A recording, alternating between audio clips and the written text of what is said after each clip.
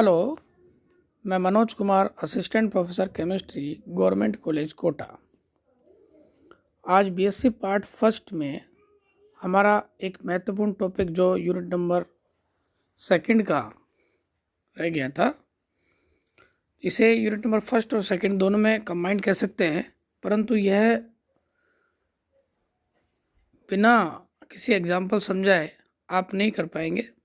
अतः इसके लिए अलग से समझाना मैंने बेहतर समझा, और ये जो नया लेक्चर आपका क्रिएट किया गया है ये है electronic configuration of elements and effective nuclear. जो चार्ज होता है प्रभावी नाभिकीय आवेश समझाने के लिए किया गया है। इसे कैसे निकालते हैं ये भी बहुत इम्पोर्टेंट है, इसे हम न्यूमेरिकल द्वारा समझेंगे भी।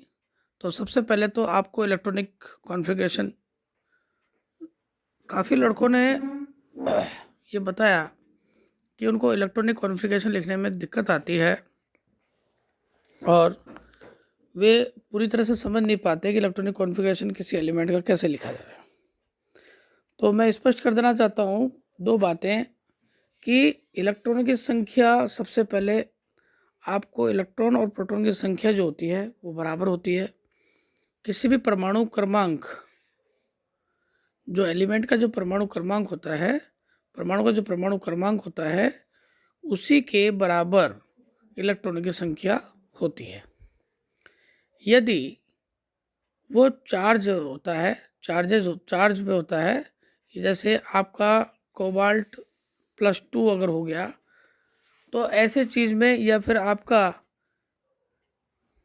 कोई जैसे आई माइनस हो गया, आयोडाइड हो गया, तो इन दोनों एग्जाम्पलों से ये होता है कि अगर चार्जेज इसके ऊपर होते हैं तो वो माइनस और प्लस के हिसाब से, प्लस यदि अगर जितना चार्जेस प्लस का होता है उतने इलेक्ट्रॉन उसमें से घट जाते हैं, लेकिन उसका परमाणु क्रमांक या प्रोटॉन की जो संख्या है वो बराबर रहती है। ऐसे ही अगर उसका माइनस, अगर उसका चार्ज होता है तो भी उसका परमाणु क्रमांक वही रहता है, अर्थात प्रोटॉनों की संख्या वही रहती है, परंतु इलेक्ट्रॉनों की संख्या उसमें बढ़ जाती है। तो तीन प्रकार के ये हो गए। एक तो होता है न्यूट्रल। न्यूट्रल में तो न्यूट्रल अगर एटॉमिक अगर आपका है तो उसमें तो परमाणु क्रमांक जो होगा, जो भी परमाणु क्रमांक होगा वो क्या होगा, उसमें होगी प्रोटॉनों की संख्या, और जो प्रोटॉनों की संख्या होगी वही होगी उसके अंदर इलेक्ट्रॉनों की संख्या। दूसरी बात ध्यान रखें कि तत्वों के इलेक्ट्रॉनिक विन्यास उनके विशिष्ट गुण हैं। इससे खाली इलेक्ट्रॉन बढ़ना ही नहीं दिखाया जाता, बाकायदा ये भी बताया जाता है कि वो उसके विशिष्ट रासायनिक और भौतिक गुण किस प्रकार के होंगे, वो स्टेबिलिटी को प्राप्त है कि नहीं है, वो कितना प्राकृतिक रूप से स्टेबल है कि नहीं है। और तो इसमें इलेक्ट्रॉनिक विन्यास में दो चीज़ें बहुत इंपॉर्टेंट होती है, एक तो इलेक्ट्रॉनों की संख्या और उसके भरने का ऊर्जा क्रम। देखिए ये इलेक्ट्रॉन जो भरे जाते हैं, इसमें मुख्यतः बात देखी जाती है कि जिसमें ऊर्जा बढ़ते हुए के क्रम में ये इलेक्ट्रॉन भरे जाते हैं। तो पहला आता है हमारा इलेक्ट्रॉनों की संख्या।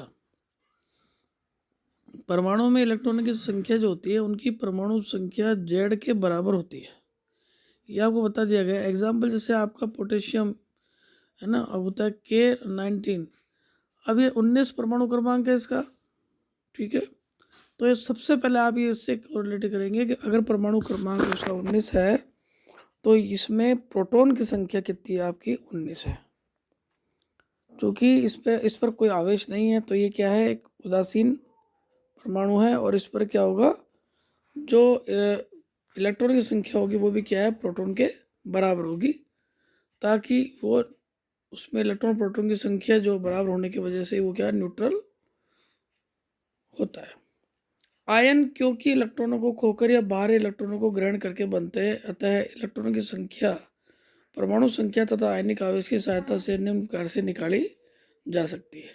ये मैंने आपको अभी बताया कि अगर इलेक्ट्रॉनों की संख्या धनायन बनता है या ऋणायन बनता है, उस पर डिपेंड करता है कि उसके अंदर जो इलेक्ट्रॉनों की संख्या वो कैसे निकाली जाती है। यदि पॉजिटिव वाला होता है तो हमेशा इलेक्ट्रॉन की संख्या जो होती है वो उसके परमाणु क्रमांक की संख्या से क्या होगी, कम होगी। यदि वो ऋणायन है तो उसके अंदर ज़्यादा होगी। दूसरा पॉइंट आता है कक्षकों के भरने का ऊर्जा का क्रम। देखिए सबसे पहले इलेक्ट्रॉन उसमें भरे जाएंगे जिसकी ऊर्जा कम होगी, उसके बाद में उसमें भरे जाएंगे जिसकी ऊर्जा उससे थोड़ी ज़्यादा होगी। यदि एक बार ऊर्जा का बढ़ता हुआ क्रम कंप्लीट करने के पश्चात ही सिंगल इलेक्ट्रॉन बढ़ने के बाद ही उसका हम पेयरिंग या युग्मन स्टार्ट करते हैं। हाइड्रोजन परमाणु में प्रत्येक मुख्य ऊर्जा स्तर के सभी उप स्तर समान ऊर्जा के होते हैं। अतः 2s तथा 2p की, 3s 3p और 3d की तथा 4s 4p 4d 4f की ऊर्जा समान होती है। नाभिकीय आवेश बढ़ने पर सभी उप स्तर नाभिक द्वारा अधिक बल से आकर्षित होकर उसके निकट आने का प्रयास करते हैं, लेकिन नाभिक की ओर से सभी कक्षक समान सीमा तक नहीं पहुंच पाते। कहने का मतलब यह है कि देखिए कि आप जैसे एग्जांपल रूप से आपका ये ऑक्सीजन का ले लेते हैं तो देखिए 1s, पहले 1s की ऊर्जा जो होती है ये हमेशा 2s से कम होती है, और 2p और इसके अंदर s के अंदर देखिए 2s और यह है 2p, तो जो s की जो एनर्जी होती है वो क्या होती है, हमेशा p से क्या होती है, ज़्यादा होती है। गलत। आप हमेशा इसमें ऐसा अंदाज़ लगाइए, यदि s का कंपेयर हम करेंगे तो हमेशा 1s और 2s, तो इससे पता लग जाएगा कि 1s की कम होगी 2s की ज़्यादा होगी। परंतु 2p और 2s में जब हम कंपेरिजन करेंगे तो ध्यान रखो 2 + 0 और 2 + p का 1, तो कुल मिला के कितना हो जाएगा, इसका मान अगर हमारा प्राप्त होता है 2s के अंदर 2 + 0, जबकि 2p के अंदर प्राप्त होता है हमारा 2 + 1 बराबर 3, तो एनर्जी का लेवल किसका कमज़ोर हो गया, 2s का। और इस प्रकार से हम इसमें पहले किसमें भरेंगे, 2s में इलेक्ट्रॉन भरेंगे। तो ऊर्जा का जो क्रम है लगातार बढ़ेगा उस हिसाब से इलेक्ट्रॉन बढ़ता जाएगा। अब यहाँ पर ये देखिए कि ये देखिए अगर आपका मैग्नीज की अगर बात आती है तो सबसे पहले क्या है कि आपका 4s में आपने ये भरा, मैग्नीज की बात करते हैं, मैं देखिए 4s का भरा, और उसके बाद में आपने 1 2 3 4 5 अर्थात 25 इसका परमाणु क्रमांक है, तो सिंगल सब इलेक्ट्रॉन भरा के आगे। जबकि क्रोमियम में भी सेम इलेक्ट्रॉनिक विन्यास आ रहा है, लेकिन वहाँ पे 4s के अंदर क्या आता है, एक सिंगल इलेक्ट्रॉन आता है। क्यों आता है, क्योंकि अगर हम इसको 4 देखिए, अगर ये 3D में अगर 4 इलेक्ट्रॉन होते हैं तो उन 4 की बजाय अगर हम इसको 5 कर दें, तो 5 अगर सिंगल कर देते हैं तो ये हाफ फिल्डेड डी ऑर्बिटल हो जाता है 3d5। 3d5 का मीनिंग होता है कि ये इसका स्थायित्व जो होता है ना 3d4 की तुलना में बहुत ज़्यादा होता है। ध्यान रखिए, एनर्जी कम होगी तो स्थायित्व ज़्यादा होगा, और इस प्रकार से इलेक्ट्रॉन बढ़ने का जो क्रम होता है वो क्या होगा, सिंगल होगा। स्टेबिलिटी की वजह से क्या है, इलेक्ट्रॉन इसमें भरे जाते हैं और F4s के अंदर सिंगल इलेक्ट्रॉन रह जाता है। जबकि Mn की जब बात आती है तो पहले क्या करते हैं, 4s में भर के और उसके बाद में 5 इलेक्ट्रॉन इसमें भरे जाते हैं। देखिए अब आपको कुछ अपवाद स्वरूप भी चीज़ें आती हैं। इस श्रृंखला में क्रोमियम 3d5 4s1 तथा कॉपर 3d10 4s1। यहाँ पर भी देखिए एक वही चीज़ लगती है कि जो भी आपका D9 वाली श्रृंखला आती है तो D9 के अंदर क्या रहता है हमारा 3d10 की तुलना में 3d9 जो होता है वो क्या होता है, बहुत ही कम स्टेबल होता है। अतः हम क्या करेंगे, वहाँ पे 4s1 एक इलेक्ट्रॉन निकल कर स्टेबिलिटी की कंप्लीट करने की वजह से या स्टेबिलिटी बढ़ाने की वजह से क्या होता है 3d10 में चल जाए, वो 9 से जुड़ जाता है और क्या हो जाता है 3d10 यहाँ पे इलेक्ट्रॉनिक कॉन्फ़िगरेशन हो जाता है। इस प्रकार से क्या है ये स्टेबल रह पाता है।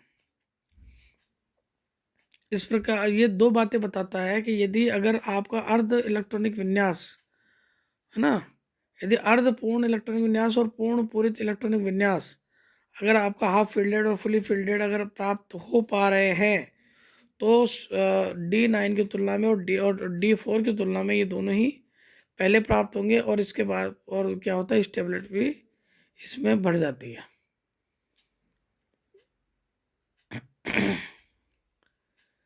देखिए, चौथा आवर्त के तत्वों के इलेक्ट्रॉनिक विन्यास के लिए अगर बताएं तो 5वें आवर्त में भी Rb रुबिडियम है उस 37 में आगंतुक इलेक्ट्रॉन 5s कक्षक में प्रवेश करता है। और सोन, ये आप थोड़ा सा देख लेना कि इसमें साफ साफ बता रखा है कि किसके क्या कंडीशन हुई, परंतु दो बातों को हमेशा ध्यान रखना है। यदि कंडीशन हाफ फिल्टेड और भरे हुए की बन रही है तो पहले वो स्टेबल होगा, तो इलेक्ट्रॉन पहले उसमें भरे जाते हैं। और यदि फुली फिल्टेड जो होता है वो उससे भी अधिक क्या होता है, प्रबलता स्टेबल होता है। इस प्रकार इलेक्ट्रॉन पहले उसमें भरे जाते हैं। तो ये इलेक्ट्रॉनिक कॉन्फ़िगरेशन आपका लगातार क्या करेंगे, 1s2 2s2 2p6 3s2 3p6 4s2 3d10।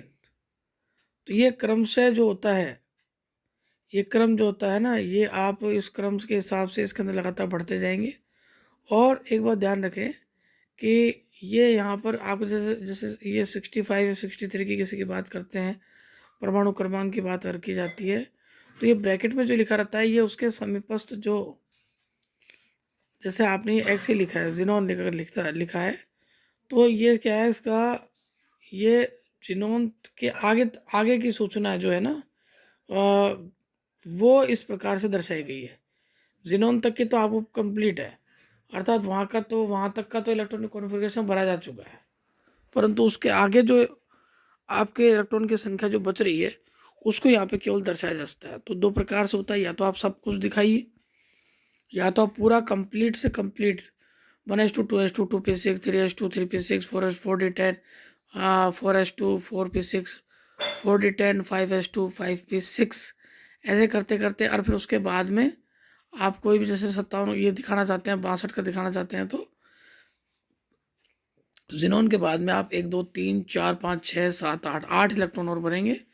और इस प्रकार से क्या, ये भरने के बाद में ये दिखाया जा सकता है इस तरह की भी, यह पूरा कंप्लीट इलेक्ट्रॉनिक विन्यास भी भर के दिखाया जा सकता है।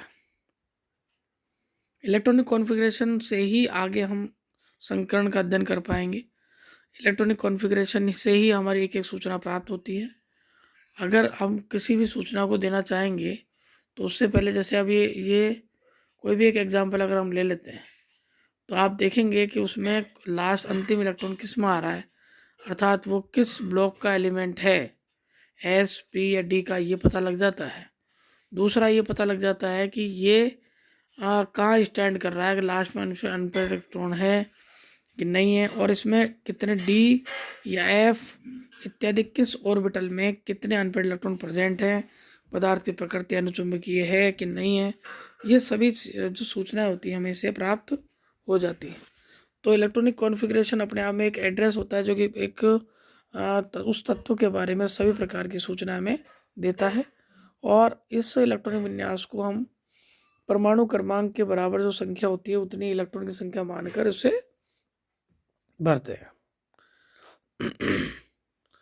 इलेक्ट्रॉनिक विन्यास संबंधी उपयुक्त विवेचना को कुछ निम्न नियमों से सादा संक्षेप में लिखा जा सकता है। अकॉर्डिंग देखो किताब में जो आपको बता रखा है कि अगर 18 इलेक्ट्रॉन है आपका 1s से के बाद में फिर 2s में भरे जाएंगे, 2p फिर 3s में, फिर 3p क्रम में ही भरे जाएंगे। ध्यान रखिए 1s को पहले कंप्लीट करने के बाद ही फिर 2s के अंदर बात करेंगे, 2p कंप्लीट होने के बाद ही फिर 3s में आएगा, फिर उसके बाद ही 3p में कंप्लीट करेंगे। जब 3p में कंप्लीट करेंगे तो एक बात तो ध्यान रखेंगे, 3p में हमारा px py pz इस प्रकार 6 इलेक्ट्रॉन इसमें टोटल भरे जाते हैं। अब p में जब 6 इलेक्ट्रॉन भरे जाएंगे तो इसके अंदर हम देखेंगे कि सबसे पहले p के अंदर क्या होता है, सिंगल जो अनपेड इलेक्ट्रॉन वो भरे जाएंगे, और उसके बाद ही क्या होता है, इसकी पेयरिंग स्टार्ट की जाती है। एक इसमें बहुत ही जो इम्पोर्टेंट चीज़ है वो ये है कि आप इसमें जितने भी इलेक्ट्रॉनिक विन्यास का जो दे रखा है ये आंतरिक विन्यास माना जाता है इस आखिरी गैस विन्यास तक तो, और उसके बाद जो बाद वाले जो इलेक्ट्रॉन जो बच जाते हैं जिसको हम शो करके दिखा रहे हैं, ये सारे ज़्यादा आंतरिक विन्यास के बाहर का आता है। अर्थात इलेक्ट्रॉन में कभी भी कोई अगर पॉजिटिविटी, या अगर पॉजिटिव या नेगेटिव अगर साइन अगर लगाते हो आप, तो इलेक्ट्रॉन जो भरा जाएगा वहाँ वो आंतरिक विन्यास के अंदर कोई चेंज नहीं ला पाता है। ये सिर्फ बाहरी जो इलेक्ट्रॉनिक विन्यास है उसमें चेंज लाता है। ये आपको जो दिखाया गया है, ये क्या दिखाया गया है बताओ? ये ऊर्जा स्तर में परिवर्तन को दर्शाता है, और प्रथम 3 आवर्तों के तत्वों के इलेक्ट्रॉन विन्यास को इसमें दिखाया गया है। यहाँ पर आपको बता ही दिया गया है। इलेक्ट्रॉनिक कॉन्फ़िगरेशन कंप्लीट होने के बाद ही आप नेक्स्ट जो लेसन हमारा उसमें पढ़ेंगे, टॉपिक में पढ़ेंगे, जिसका नाम होगा इफेक्टिव न्यूक्लियर चार्ज। ठीक है, तो इसको हम नेक्स्ट उसमें नेक्स्ट चलो लेक्चर उसमें पढ़ेंगे। तब तक के लिए थैंक यू, गुड नाइट।